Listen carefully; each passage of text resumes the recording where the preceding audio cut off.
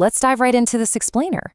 We're going to build a hyper-realistic, cinematic 3D map of the human head, quite literally from the bone out.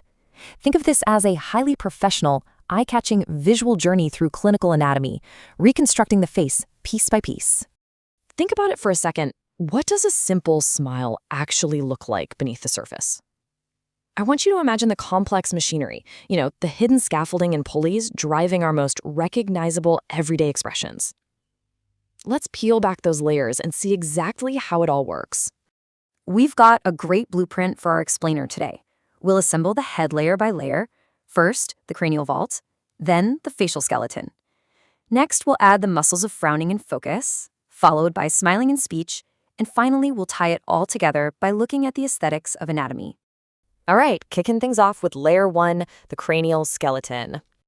You have 206 bones in your body, right? Well, out of all of those, the skull alone is this incredibly complex 3D puzzle made up of exactly 29 interconnected bones. It is seriously a marvel of biological engineering. Our approach here is inside out, so we build the protective brain casing first, the cranial vault. Then we add the facial skeleton for structure, and finally, we overlay that muscular machinery to give us expression. Looking at the 8 cranial bones, they lock together with these super tight fibrous joints just to protect your brain. You've got the frontal bone for the forehead, the occipital in the back, and the paired parietal and temporal bones forming the sides and roof. But if you look deeper, there's the ethmoid bone right between the eyes, and this wild butterfly-shaped sphenoid bone right behind the eyes. And get this, that sphenoid actually houses your pituitary gland. Moving right along to layer 2, the facial skeleton. Let's rapid fire through these stationary facial bones because they're absolutely crucial. They provide the anchor points for our cheeks, nose, and tear ducts. We've got the paired maxilla holding your upper teeth, the zygomatic bones, which are just your cheekbones, and the nasal bones forming the bridge of your nose. Deep inside the eye socket, the lacrimal bones support your tear ducts. Then there are the L-shaped palatine bones forming the roof of your mouth, the curved inferior nasal concha that actually warm and moisten the air you breathe, and the vomer, which cleanly divides your nasal cavity. Now let's isolate the mandible. This is literally the only movable bone in your entire skull. It connects via a highly specialized synovial joint called the temporomandibular joint, and that is exactly what lets us seamlessly chew our food and speak. Oh, and before we start adding the muscular layers, we have to give a quick shout out to the hidden inner ear bones for hearing, the malleus, incus, and the stapes. Fun fact, the stapes is the absolute smallest bone in your entire body. Plus, resting down in your neck is this little U-shaped hyoid bone, serving as the critical support anchor for your tongue. Okay, the framework is done. Let's move to layer 3, muscles of frowning and focus. Let's anchor this to something we all experience every day. The upper face is dominated by muscles that create expressions of anger and deep focus. The frontalis muscle pulls your brows up, giving you those horizontal forehead lines. The procerus pulls the forehead downward, creating that little horizontal line right across your nose. And the corrugator supercilii pulls the skin inwards. Those are the powerful little muscles responsible for those elevences, frown lines, right between your eyebrows. Next up is the orbicularis oculi. This is a superficial circular muscle sitting right on top of the others, sweeping around your eye. It's what lets you close your eyes super tight, but it also pulls your brows down and creates lateral canthal lines. You probably know them as crow's feet.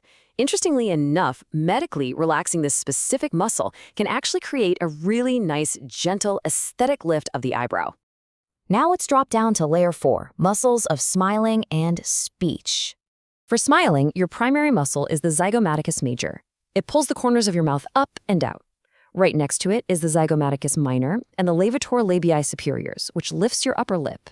The brilliantly fascinating part here is how these muscles anchor directly back to those stationary zygomatic cheekbones we talked about earlier.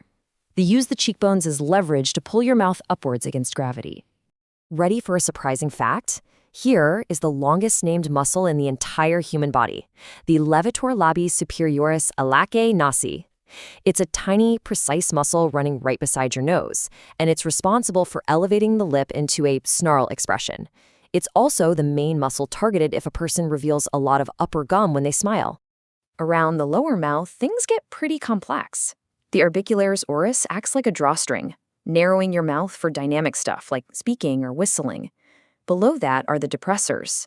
The depressor anguli oris pulls the corners of your mouth down, while the depressor labii inferioris pulls your bottom lip outwards.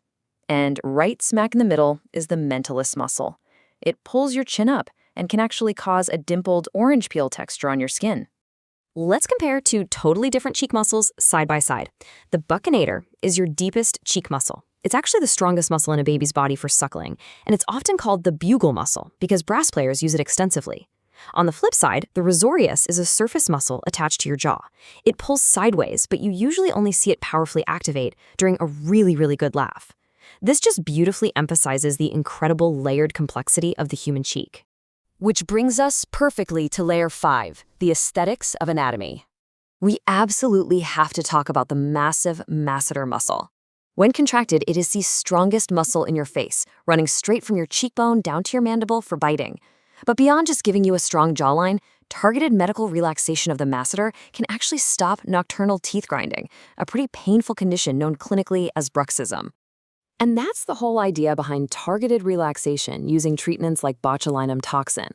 By treating the precise muscular layers we just built, you can actively alter expressions and even your face shape. You can smooth the frontalis on the forehead, physically lift a downturned mouth by relaxing that depressor anguli oris, reduce chin texturing via the mentalis, perform a subtle lip flip by treating the orbicularis oris, and even create a softer, heart-shaped face by reducing the pull of that powerful masseter muscle. To wrap up our anatomical build, we layer on the platysma. This is a massive sheet of muscle that runs all the way from your chest, up your neck, and meshes directly into the superficial fascia of your face. It's amazing, but clinically, relaxing the sprawling neck muscle can actually have the unexpected benefit of lifting the midface and giving you a sharply defined jawline. So I want to leave you with a provocative thought today. The next time you smile, frown, or just speak, are you going to feel the perfect machinery of your 29 bones and dozens of interwoven muscles working in absolute harmony beneath the surface? Because it truly is a breathtaking biological masterpiece, and it's one that you get to operate every single day.